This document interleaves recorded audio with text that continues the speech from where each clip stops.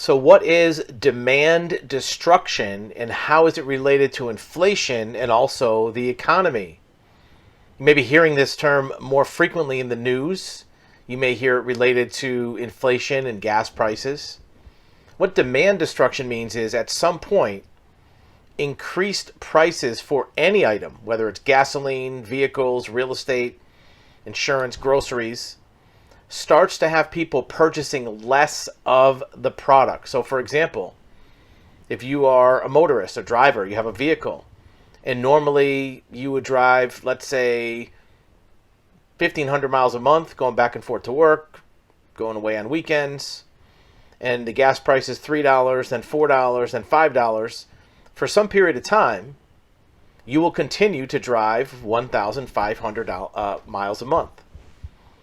And your fuel cost per month is going to go up. For example, if you have a vehicle that gets 30 miles per gallon and you drive 1,500 miles per month, you use 50 gallons per month.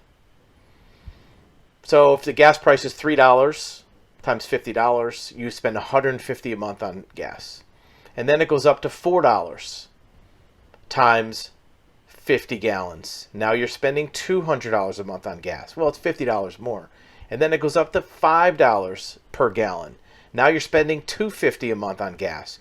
At some point, your monthly gas bill that you put money in the tank is going to get to be where you're going to start taking less trips. You're going to start driving less. You may still have to go back and forth to work. You may still have to go to appointments. However, you may decide on the weekend, maybe we won't drive to the mountains. Maybe we won't take that trip to the beach. And you'll start to consume less. It doesn't happen right away with pricing. Same thing with groceries. You may go to the grocery store and have the same shopping list every week.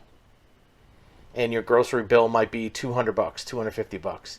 And then the next month it's maybe $260. And then $280. And at some point, you'll notice that the prices of items have gone up to where you're going to purchase less of them. Again, it doesn't happen right away. Most of the time, people will continue to buy the same items they purchased, or maybe a lower priced version of it. That's not demand destruction. That is modification of buying. That is switching products. Demand destruction happens when consumers start to purchase less overall. They buy less products, gasoline. And this is what is beginning to happen now. So what does demand destruction do for the economy? Well, it makes it worse. Here's why. If, for example, a grocery store sells 50 sirloin steaks every day, and as demand destruction, sounds exactly what it is. It's destruction of the demand. Starts to erode the volume of steaks. The next day, maybe they sell 40, and maybe it drops down to 30. So at some point, their volume of steaks that they sell drops down to maybe half of what it was. What that means is they're going to order less of that product. And the same can hold true for paper towels or cans of beans or any product for that matter. So the manufacturers of that product will start to produce less as they see the demand go down. This does not happen right away. It may take weeks, months, sometimes a year for people to adjust their buying habits. At first, they're just going to spend the extra money, take it from their budget, especially in 2021. There was trillions of dollars. It's estimated that $10 trillion of stimulus money went into the economy. $5 trillion went directly to stimulus and enhanced unemployment. Another $5 trillion was from the Fed putting money into the financing vehicles, the financing capacity. So $10 trillion went into the economy. That money is now being absorbed, being soaked up. So demand destruction doesn't happen right away because people have the extra money. Once that extra wealth, that extra money goes away, people start to spend less. What will happen next is the manufacturers of these products, the retailers of these products, will have to cut back on their business. The grocery store might need less staff. They might need to purchase less product. They might need to buy less shopping carts to replace old ones. Each level of that economic reduction will be like a domino effect. The grocery store maybe has 30 employees, now they cut it down to 28. And their shopping carts don't wear out as fast, so they don't buy new carts, and the cart company has to lay off employees. And that's where a recession comes in, and maybe even a depression. Because now you have 2 more unemployed people. They're certainly going to have demand destruction in their life.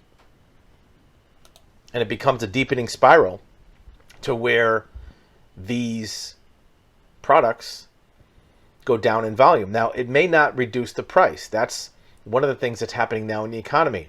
Normally, supply and demand affects pricing.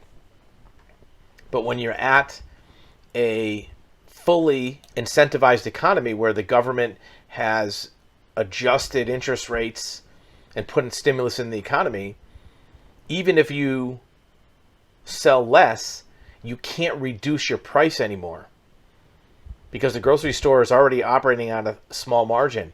The meat factory that cuts up cows and puts it into sirloin steaks, they can't sell the steaks for any less because their costs are at the maximum they can be to still sell it for the same price.